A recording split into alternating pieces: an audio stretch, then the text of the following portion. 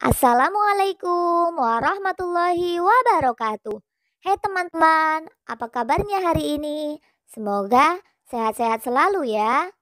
Hari ini kita akan belajar tema 3, peduli terhadap makhluk hidup, subtema 3, ayo cintai lingkungan pada pembelajaran 1.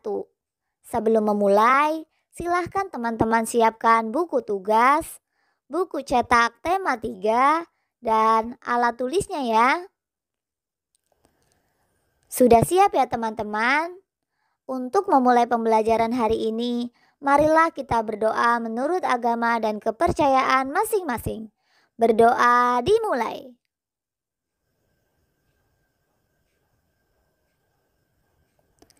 Berdoa selesai. Tetap semangat ya teman-teman. Salam cemerlang, cerdas, menyenangkan, riang, gemilang. Pada pembelajaran 1 ini, kita akan belajar muatan bahasa Indonesia dengan kompetensi dasar 3.3 dan 4.3, yaitu tentang wawancara. Pada muatan IPS, kita akan mempelajari kompetensi dasar 3.1 dan 4.1, yaitu pemanfaatan sumber daya alam, hewan, dan tumbuhan. Dan pada kompetensi muatan IPA, kita akan mempelajari kompetensi dasar 3.8 dan 4.8, yaitu tentang ciri-ciri hewan dan tumbuhan yang terawat dan tidak terawat. Muatan pertama yang akan kita pelajari yaitu bahasa Indonesia. Tumbuhan dan hewan dapat terus memberikan manfaat jika terawat dengan baik. Sayangnya, tidak semua orang memperhatikan hal ini. Melakukan wawancara. Melakukan wawancara tentang tumbuhan dan hewan tentu sangat menarik ya. Kita bisa bertanya kepada orang yang lebih mengerti agar pengetahuan kita bertambah. Sebelum melakukan wawancara, kita perlu belajar tentang wawancara. Wawancara adalah kegiatan tanya jawab antara pewawancara dan narasumber. Wawancara bertujuan untuk mendapatkan informasi atau pendapat tentang sesuatu. Pewawancara akan mengajukan pertanyaan tentang informasi yang ingin diketahui. Sementara itu, narasumber akan menjawab masalah yang ditanyakan pewawancara. Sebelum melakukan wawancara, kita harus menentukan topik yang akan kita bahas. Topik atau pokok pembicaraan dalam wawancara sangat beragam. Pewawancara bisa menentukan topik berdasarkan hal yang ingin diketahui. Misalnya, kita tentukan topik wawancara tentang padi sebagai tanaman pangan. Setelah itu, kita buat daftar pertanyaannya. Saat melakukan wawancara, pewawancara mengajukan pertanyaan kepada narasumber. Teman-teman harus tahu, kalimat pertanyaan dalam wawancara sebaiknya disesuaikan dengan tujuan wawancara. Kalimat pertanyaan harus jelas, tidak berbelit-belit, dan tidak menyinggung perasaan narasumber.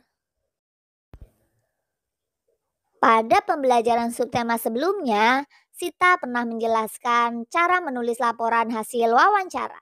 Sita ingatkan kembali ya, kita sudah melakukan wawancara dengan narasumber. Hasil wawancara tersebut bisa kita tulis dalam bentuk laporan. Kita bisa menuliskannya dengan format laporan hasil wawancara berikut. Format laporan hasil wawancara. Yang pertama, latar belakang. Yang kedua, maksud dan tujuan. Yang ketiga, topik wawancara. Yang keempat, waktu dan tempat kegiatan. Yang kelima, laporan hasil wawancara. Yang keenam, kesimpulan. Selain berdasarkan format laporan, ada hal-hal yang harus kita perhatikan saat menulis laporan hasil wawancara. Hal-hal tersebut harus kita perhatikan agar laporan yang kita buat menjadi benar. Mari kita perhatikan hal-hal yang harus diperhatikan saat menulis laporan wawancara berikut. Hal-hal yang harus diperhatikan saat menulis laporan wawancara. Yang pertama, informasi yang disampaikan sesuai hasil wawancara. Yang kedua, ditulis lengkap dan urut sesuai dengan format yang benar. Yang ketiga, menggunakan huruf kapital yang tepat. Yang keempat, menggunakan tanda baca yang tepat. Yang kelima, menggunakan kosakata yang baku. Yang keenam, menggunakan kalimat efektif. Ayo membaca. Perjalanan ke desa. Saat liburan, Dayu, Udin, Siti, Lani, Beni, dan Edo bersepeda menyusuri jalan di sekitar sekolah. Tanpa disadari, mereka sampai di daerah pedesaan. Pohon-pohon menjulang bagai deretan raksasa berjajar. Ada pohon mahoni, pohon asem, dan pohon mangga. Pemandangan yang sangat indah. Di ujung jalan, mereka berjumpa seorang tua Pak Jajak namanya. Ia mengumpulkan daun-daun kering ke dalam karung dan akan membawanya pulang. Untuk apa daun-daun kering itu, Pak? Tanya Dayu. Untuk pembuatan pupuk kompos. Ayo ikut Bapak ke kebun, jawab Pak Jajak. Pak Jajak mengajak Dayu dan teman-teman berkunjung ke kebunnya. Di sana, Pak Jajak memelihara berbagai hewan ternak seperti ayam, bebek, kambing, dan sapi. Ia juga memelihara kerbau untuk membajak sawah. Pak Jajak bercerita bahwa daun itu bahan campuran untuk membuat pupuk. Caranya, sampah daun kering itu dicampur dengan kotoran hewan ternak, ditumpuk, dan didiamkan. Sekitar 2 bulan, campuran itu akan hancur menjadi pupuk alam yang disebut kompos. Pupuk kompos ini disukai petani karena murah, mudah dibuat, dan sangat baik untuk meningkatkan hasil panen. Jelas Pak Jajak. Nah, teman-teman, apa yang dilakukan oleh Pak Jajak adalah upaya agar lingkungan tetap terjaga sehingga sumber daya alam bisa tetap seimbang. Dari petualangan itu, Dayu dan teman-teman semakin peduli lingkungan. Tentunya, kamu juga memiliki cerita petualangan seru. Misalnya, pengalaman kerja bakti, menanam pohon di sekitar rumahmu, atau di saat liburan ke rumah sanak saudara. Tulislah cerita pertualangan tersebut. Kebun Pak Jajak subur, panen padi melimpah, hewan ternaknya sehat dan gemuk. Hampir setiap hari Pak Jajak mampu menjual telur dan susu sapi. Sebagian hasil susu diolah menjadi yogurt yang enak dan lebih mahal harganya. Semua keberhasilan itu adalah hasil kerja keras Pak Jajak merawat tumbuhan dan ternaknya. Teman-teman, muatan pelajaran yang akan kita pelajari selanjutnya yaitu IPS, pemanfaatan sumber daya alam tumbuhan dan hewan. Sumber daya alam seperti hewan dan tumbuhan sangat bermanfaat bagi kehidupan manusia. Kita bisa memanfaatkan tumbuhan dan hewan untuk segala kebutuhan kita, tidak hanya daun, buah, daging, dan kulit, tetapi limbah yang dihasilkan juga bisa kita manfaatkan. Salah satu contohnya adalah pembuatan pupuk yang memanfaatkan daun kering dan kotoran hewan ternak. Nah, kita bisa memanfaatkan daun kering dan kotoran hewan ternak di sekitar kita. Caranya, kita campur daun-daun kering dengan kotoran hewan. Lalu, kita tumpuk dan kita diamkan campuran tersebut di dalam sebuah wadah dengan saluran udara yang baik. Sekitar 2 bulan, campuran itu akan hancur menjadi pupuk alam yang disebut kompos. Pupuk kompos bermanfaat bagi petani dan lingkungan. Pupuk kompos disukai petani karena murah dan mudah dibuat. Pupuk kompos juga sangat baik untuk meningkatkan hasil panen. Jika hasil panen meningkat, maka kesejahteraan petani juga akan meningkat. Pembuatan pupuk kompos yang memanfaatkan daun kering dan kotoran hewan juga merupakan upaya mencintai lingkungan. Teman-teman, masih semangat ya? Muatan yang akan kita pelajari selanjutnya yaitu IPA. Ciri-ciri hewan dan tumbuhan terawat dan tidak terawat. Tumbuhan dan hewan memberi manfaat untuk manusia dalam kehidupan sehari-hari. Oleh karena itu, tumbuhan dan hewan harus dirawat. Tumbuhan dan hewan yang terawat atau tidak terawat tampak dari ciri-cirinya. Ayo kita perhatikan ciri-ciri tumbuhan dan hewan terawat dan tidak terawat. Yang pertama, Sita akan menjelaskan ciri-ciri tumbuhan terawat dan tidak terawat. Tumbuhan dapat dimanfaatkan sebagai bahan makanan, bahan kerajinan, pakan ternak, dan obat. Tumbuhan perlu dirawat dengan baik agar subur. Nah, berikut ini ciri-ciri tumbuhan yang terawat. Yang pertama, daun berwarna hijau dan segar serta tidak layu. Batang berwarna hijau segar, kokoh, dan tidak rapuh. Yang ketiga, tidak mudah terserang hama dan penyakit, sehingga tumbuhan tampak segar dan utuh. Yang keempat, pertumbuhan normal. Daun dan batang tumbuh dengan cepat. Jumlah daun banyak dan batang bertambah tinggi. Buah yang dihasilkan banyak dan bagus. Nah, berikut ini adalah contoh tumbuhan yang terawat. Teman-teman bisa melihat ya, bunga mawar dan padi tampak sangat sehat, segar, dan tidak layu. Hal tersebut menunjukkan bahwa tumbuhan tersebut merupakan tumbuhan yang terawat. Nah, selanjutnya Sita akan menjelaskan ciri-ciri tumbuhan tidak terawat. Tumbuhan yang tidak terawat akan terserang hama dan penyakit, bahkan mati. Tumbuhan tersebut tidak dapat dimanfaatkan dan dapat menyebabkan penyakit pada manusia. Mari kita perhatikan ciri-ciri tumbuhan yang tidak terawat berikut ini. Yang pertama, daun berwarna kekuningan hingga kecoklatan dan layu. Yang kedua, batang berwarna kekuningan atau kecoklatan, mudah rapuh dan kering. Yang ketiga, mudah diserang hama dan penyakit, sehingga biasanya permukaan daun berlubang. Yang keempat, pertumbuhan tidak normal. Daun dan batang tumbuh dengan lambat. Jumlah daun hanya sedikit dan batang tidak bertambah tinggi. Buah yang dihasilkan hanya sedikit atau tidak berbuah sama sekali.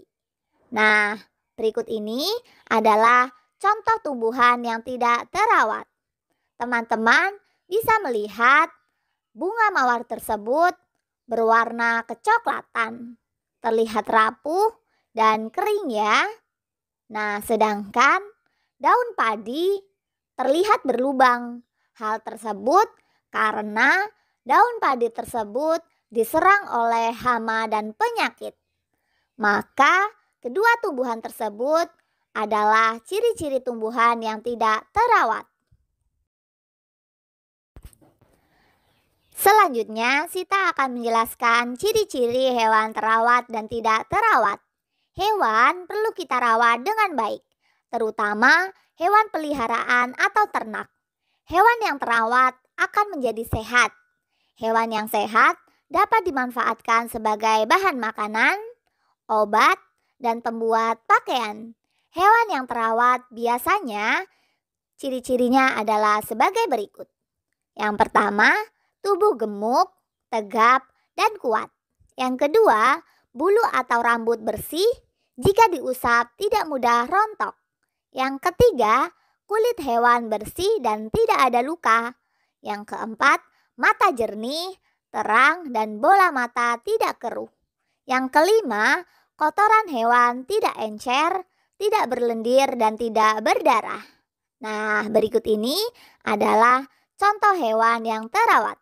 Teman-teman bisa melihat kambing dan ayam tersebut terlihat gemuk, tegap, dan kuat ya. Bulu hewan tersebut juga terlihat bersih. Oleh sebab itu, maka kambing dan ayam tersebut termasuk ke dalam ciri-ciri hewan yang terawat. Selanjutnya, Sita akan menjelaskan ciri-ciri hewan tidak terawat. Hewan yang tidak terawat biasanya akan kurus dan mudah sakit. Hewan tersebut tidak dapat kita manfaatkan dan dapat menularkan penyakit. Mari kita perhatikan ciri-ciri hewan yang tidak terawat berikut ini. Yang pertama, tubuh kurus, cenderung lemas dan tidak bertenaga. Yang kedua, bulu atau rambut kotor dan kusam. Jika diusap, mudah rontok. Yang ketiga, kulit hewan kotor dan terdapat luka. Yang keempat, mata terkadang berair atau bernanah, sehingga bola mata terlihat keruh, juling, bahkan buta. Yang kelima, kotoran encer, berlendir, dan berdarah. Mari kita lihat contoh hewan yang tidak terawat berikut. Terdapat kambing dan ayam. Kambing terlihat kurus, cenderung lemas dan tidak bertenaga. Sedangkan ayamnya terlihat bulunya sangat kusam. Dan hewan tersebut juga terlihat kotor. Maka kedua hewan tersebut, yaitu kambing dan ayam, termasuk contoh hewan yang tidak terawat. Nah, setelah teman-teman mengetahui ciri-ciri tumbuhan dan hewan yang terawat dan tidak terawat, ayo kita amati gambar berikut ini.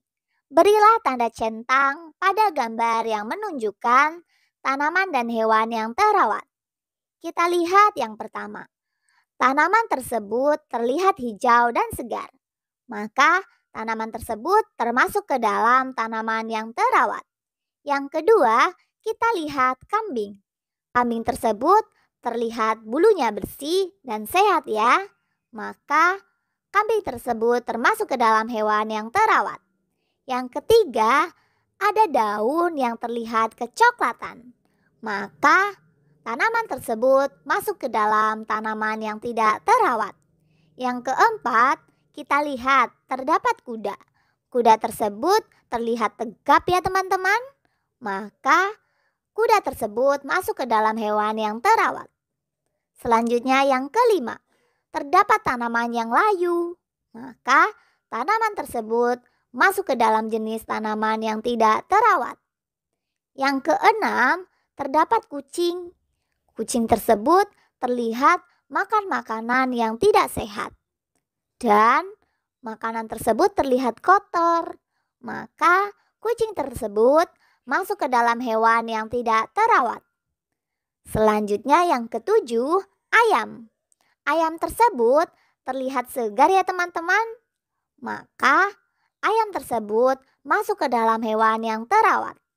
Selanjutnya yang kedelapan, tumbuhan di samping tampak memiliki daun yang banyak dan berwarna hijau ya teman-teman. Maka tumbuhan tersebut masuk ke dalam tumbuhan yang segar. Berarti tanaman tersebut termasuk ciri-ciri tanaman yang terawat. Sudah jelas ya teman-teman? Nah, selanjutnya kita lihat sapi. Sapi tersebut tampak lemas dan badannya sangat kurus. Berarti sapi tersebut termasuk ke dalam ciri hewan yang tidak terawat. Selanjutnya terdapat dua tanaman yang layu. Maka tanaman tersebut termasuk ke dalam jenis tanaman yang tidak terawat. Selanjutnya terdapat tanaman yang daunnya layu serta berwarna kecoklatan. Berarti tanaman tersebut masuk ke dalam ciri-ciri tanaman yang tidak terawat. Selanjutnya kita lihat padi. Padi tersebut terlihat sangat hijau ya teman-teman. Berarti tanaman padi tersebut masuk ke dalam jenis tanaman yang terawat. Selanjutnya kita lihat terdapat jenis tanaman yang daunnya berwarna kecoklatan. Hal tersebut merupakan ciri-ciri tanaman yang tidak terawat. Selanjutnya kita lihat terdapat tanaman cabai. Cabainya terlihat tidak segar dan kering. Hal tersebut menunjukkan bahwa cabai tersebut masuk ke dalam ciri-ciri tanaman yang tidak terawat. Selanjutnya kita lihat gambar sapi. Sapi tersebut terlihat sangat sehat dan segar ya. Oleh karena itu, sapi tersebut masuk ke dalam ciri-ciri hewan yang terawat. Selanjutnya yang terakhir kita lihat terdapat dua hewan. Yang satu hewan tampak meninggal atau mati. Nah, hewan yang satunya terlihat sangat kotor. Hal tersebut menunjukkan bahwa hewan tersebut tidak terawat. Sudah jelas ya teman-teman? Contoh-contoh hewan dan tumbuhan yang terawat dan tidak terawat. Nah, teman-teman, bagaimana sikap kita jika menemukan tumbuhan dan hewan yang tidak terawat? Tumbuhan dan hewan yang terawat membuat lingkungan menjadi sehat. Kita dapat membiasakan diri peduli terhadap lingkungan dengan merawat tumbuhan dan hewan di sekitar. Kita harus bersikap baik jika menemukan hewan atau tumbuhan yang tidak terawat. Jika kita menemukan kucing yang tidak terawat di pinggir jalan, kita harus menolongnya. Kita dapat membawa kucing tersebut ke rumah. Lalu kita mandikan kucing itu agar bersih. Kita juga dapat memberinya makan dan minum yang cukup. Begitu juga saat kita menemukan tanaman mawar yang tidak terawat di halaman sekolah. Agar bunga mawar dapat tumbuh dengan baik, kita harus merawatnya. Kita dapat merawat bunga mawar dengan menyiramnya secara rutin. Kita juga bisa membersihkan tanaman liar di sekitar bunga mawar yang mengganggu. Menjaga dan melestarikan lingkungan. Melakukan kebiasaan baik terhadap lingkungan merupakan salah satu bentuk rasa syukur kita terhadap nikmat Tuhan. Kita harus menjaga dan melestarikan lingkungan sekitar dengan baik. Kita dapat menjaga lingkungan dengan memperhatikan kebersihannya. Kita juga dapat melestarikan lingkungan dengan menanam lebih banyak tanaman. Kemudian kita siram secara rutin dan kita beri pupuk. Lingkungan yang memiliki banyak tanaman akan tampak asri dan sehat. Kita harus melakukan kebiasaan baik setiap hari. Kita dapat menilai diri tentang kegiatan yang kita lakukan terhadap lingkungan. Ayo kita perhatikan contoh lembar penilaian diri Eko berikut ini. Eko memberi tanda centang pada emot senang jika sudah sering melakukannya. Eko memberi tanda centang pada emot biasa saja jika kadang-kadang melakukannya. Eko memberi tanda centang pada emot sedih jika tidak pernah melakukannya. Teman-teman, ternyata Eko sering menanam atau merawat tanaman di rumah atau sekolah. Senang diajak kerja bakti. Eko juga senang diajak kerja bakti loh. Eko juga menyayangi hewan peliharaan. Eko kadang-kadang mengingatkan teman yang membuang sampah sembarangan. Eko kadang-kadang memanfaatkan sampah daun. Eko selalu membuang sampah pada tempatnya. Nah, sekarang ayo renungkan. Bagaimana dengan teman-teman? Apakah teman-teman sudah melakukan semua kegiatan di samping? Silakan teman-teman renungkan, apakah diri teman-teman sudah melakukan kegiatan di samping? Apakah sudah sering, kadang-kadang, atau tidak pernah ya? Sita harap teman-teman sudah sering melakukan kegiatan di samping. Terima kasih teman-teman karena telah mengikuti pembelajaran hari ini dengan baik. Semoga ilmu yang kita dapatkan hari ini bisa bermanfaat untuk diri sendiri maupun orang lain. Untuk menutup pembelajaran hari ini, marilah kita berdoa menurut agama dan kepercayaan masing-masing. Berdoa dimulai.